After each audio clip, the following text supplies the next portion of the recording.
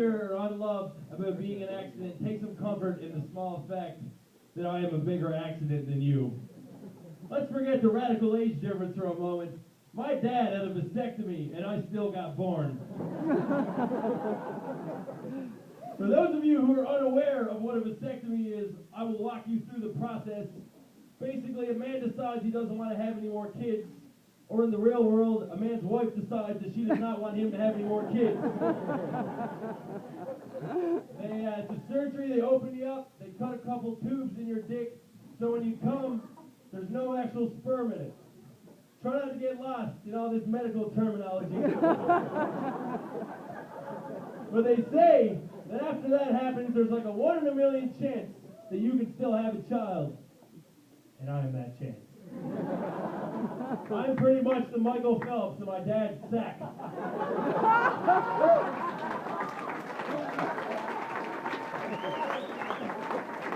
My mother, though, she's a very emotional person. She found out that I knew about it. She's like, oh, Matt, we still love you just as much as the other two, and you're just as important. I was like, I'm going to stop you right there, Mom. Because I'm pretty sure I'm more important, given the fact that I'm a goddamn miracle. But one of the shitty things about growing up with siblings a couple older than you, everybody makes a joke about it, like they feel obligated to do it. Like one guy came up to me, I was 8 years old. He was like, oh, you must be the milkman's baby. And I was a kid, I was like, what? I don't even know the milkman. Although I don't look much like my dad. And I do love cereal. I guess it adds up. And growing up was even rougher. I was born with a giant head. A giant head. You get all these parents and they go to the hospital with their new babies. And they're like, oh yeah, I just took my kid to the doctor. He's in the 30th percentile for height for his age group. I was in the top 3 percentile for head size. I looked like a fucking orange on a toothpick. And I was actually born. My head was already this big. I just grew into it. Picture this size head on a baby's body. You gave me a pair of sunglasses and a saxophone, you'd think I was a California raisin. I spent the first half of my life bobbling around off balance. I couldn't walk. Pretty sure I hit puberty before I took my first steps. And I'm 23 now. And my parents, when they were 23, they already had 2 kids. I can't imagine having kids. I love kids. Kids are cute and they're awesome. But realistically, if you put me in a room with one for long enough, we don't have a whole lot to talk about. Besides the mutual fondness of tits and bottles, that's pretty much all the common ground we have.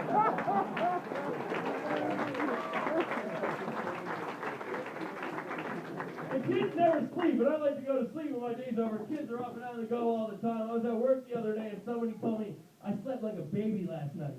I was like, wow, that is honest. If I spent the night shitting myself and crying my mother, I would not tell anyone. I would keep that to myself.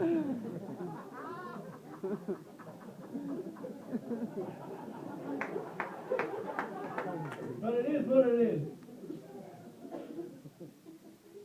And I guess on the larger scale of things, I'm just happy to be here. I dodged a vasectomy like the super sperm that I am. I have to at least assume that at one point my parents considered getting an abortion, and I dodged that too. And, you know, you gotta think, like, this guy told me the other day, he's like, well, abortion, I don't believe in abortion because I think it kills the potential for human life. And I'm okay with his viewpoint on it, but the potential for human life, every single time a man ejaculates, he produces 1 million sperm. 1 million. Like, sir, what is your name? I'm curious. His wife, ever loyal, tells me her name is Philip. If Philip here has jerked off twice today, he's already wiped out 2 million potential human lives. So if we're going by this guy's logic, masturbation is the new genocide. And Philip is the new Hitler.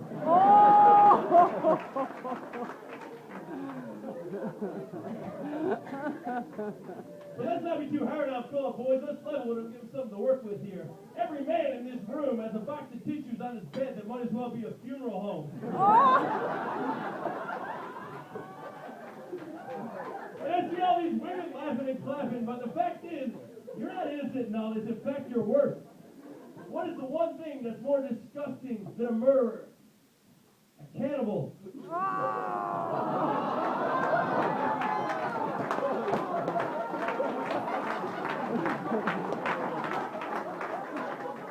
Since we're already talking about cum,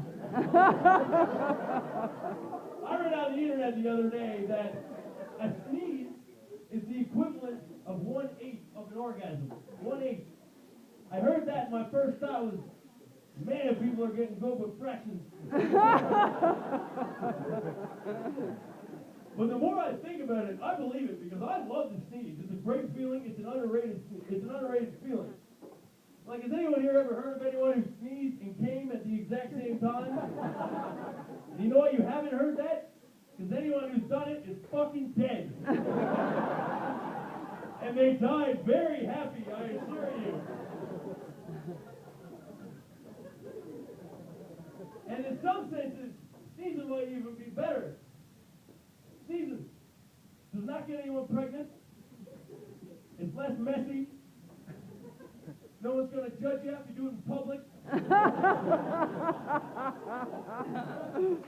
If I'm in church and I sneeze, some kind soul is going to come up to me and say something like, bless you. And if I'm in church and I get up, someone's going to come up to me and say something like, you're going to jail.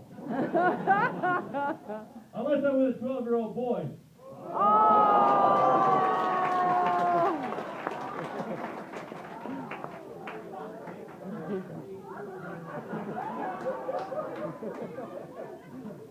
But you know, I was hanging out with this girl the other day and I had to sneeze. She's like, what's wrong? I was like, I had to sneeze.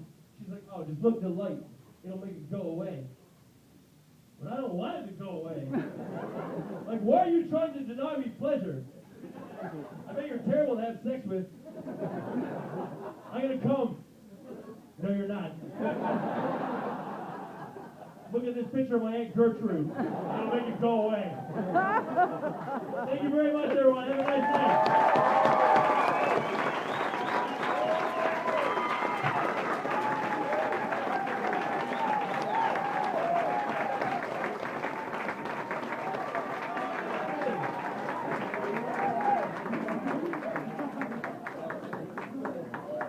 Let's get that applause back up for Mr. Chris Tolman.